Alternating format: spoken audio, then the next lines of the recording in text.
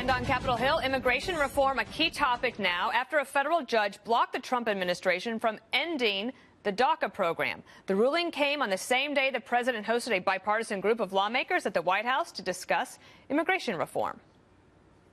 We want to see something happen with DACA. It's been spoken of for years. But above all else, any bill we pass must improve jobs, wages, and security for American citizens. We now bring in South Carolina Republican Congressman Trey Gowdy. It's great to have you because just last night, the judge in the Ninth Circuit ruled that the Trump administration was wrong to end the DACA program. And this comes in the middle of the Republicans and Democrats trying to figure out a way to pass legislation on the issue. What is the practical effect of the judge's ruling last night? It's a temporary stay, but I think what it's instructive of, Dana, is that Congress needs to fix this. This is not a judicial issue. It's really not an executive branch issue. Congress needs to fix it, and I'm optimistic that we can.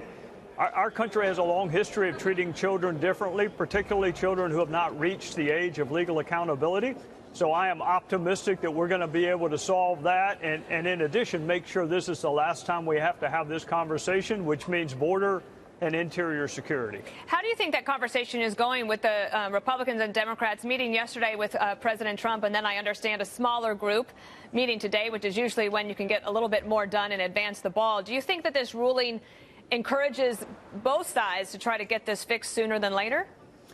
You know what? You could have another judge rule differently tomorrow. So I don't know that it's the judicial pronouncements that are motivating us as much as hopefully it is the necessity of doing the right thing in a timely way. Congress, frankly, has abdicated on this issue for years. You know, our objection with President Obama was as much how he did it as the merits of what he did. So now we have an opportunity to do it the right way, legislatively. I think that there is optimism, but Dana, I don't get using security as a negotiating tool.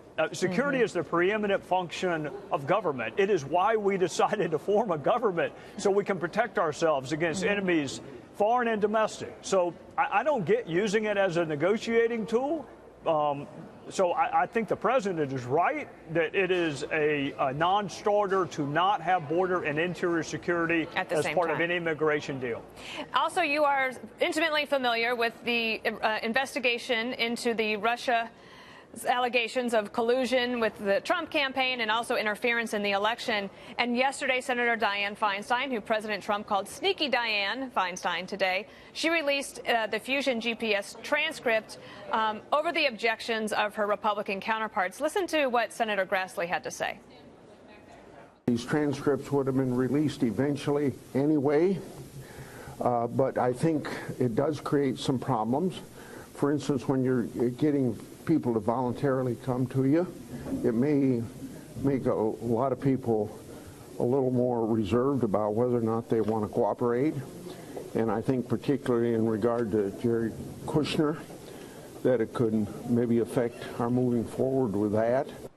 Also today, Kim Strassel of the Wall Street Journal, who's written a lot about this issue, she tweeted, "It is time to release absolutely everything related to that dossier that can be legitimately declassified. The spin has become silly." Your reaction to what Senator Grassley said about concerns about people not coming forward, and is it possible to release anything more about the dossier? Well, I think Senator Grassley is right on the chilling effect it has on other witnesses. I think the other point that Senator Grassley would make is that serious investigations don't leak. It is unfair to the reader, to the viewer, to read one transcript to the exclusion of all the other witness interviews we've done. So all you have is this snapshot by Fusion GPS. You have nothing to contradict it, nothing to corroborate it, which is why serious investigations don't leak, and they wait until the end of the investigation to release their findings and all of the transcripts. So I'm not a fan of leaks. I wish she had not done it.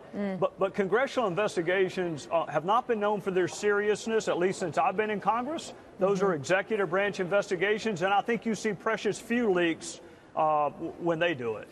We're taking a live look here at the president greeting the Prime Minister of Norway. They're going to have a meeting, have a lot to discuss, I'm sure, and then there'll be a press conference at 3:20 today that, of course, Fox News will carry live. Let me ask you about something else that's very important, and that is regards to security, and that is a vote that the House is going to have tomorrow on the 702 program. This is something that the intel community and law enforcement uses in terms of data collection. There are concerns, and I believe that it's Congressman Amash and Senator Wyden. Take a listen to what they had to say about their amendments. Our amendment stands for the simple proposition that when you want to spy on Americans, get a warrant. What this essentially means is that every year, thousands of times, you have the government search for the communications of Americans in 702 databases.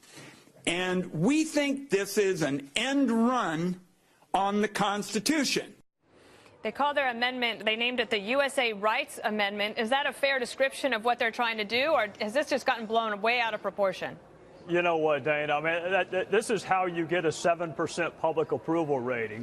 When you frame the issue the way that Senator Wyden and Justin, who is a friend of mine, framed it, here's a better way to frame it. Do you want your law enforcement officials and your intelligence officials accessing already legally collected information?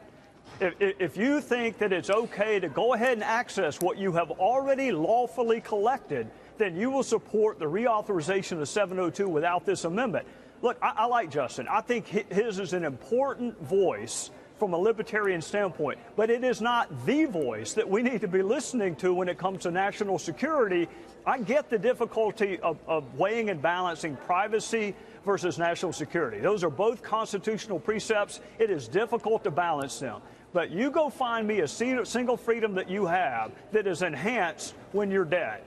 So your life, your security, the freedom and the security of this country is the ultimate objective. And this program has been described as indispensable, vital, and critical.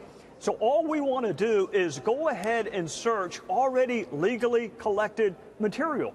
The real problem they have is they don't like 702. So rather than say that, they want to assert that you have constitutional rights if you are not living in the United States and you're not an American, and that's just not true. Certainly it is not. We should leave that as the last word and let you get back to your day. Thanks so much, Congressman Trey Gowdy. Yes, ma'am. Thank you.